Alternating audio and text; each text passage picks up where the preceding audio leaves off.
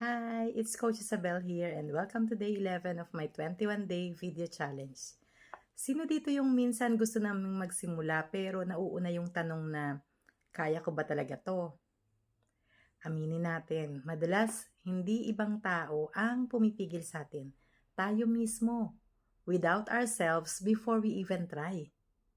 Parang sa love life, gusto mo na magmahal ulit, pero may boses sa loob mo na nagsasabing baka masaktan ka lang ulit.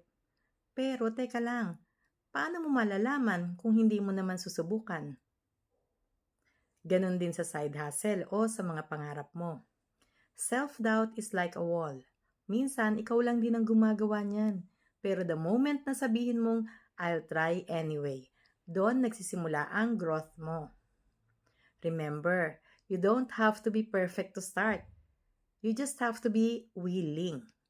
So today, stop doubting your worth and start trusting your worth. Kasi minsan, ang kailangan lang talaga ay konting tiwala sa sarili.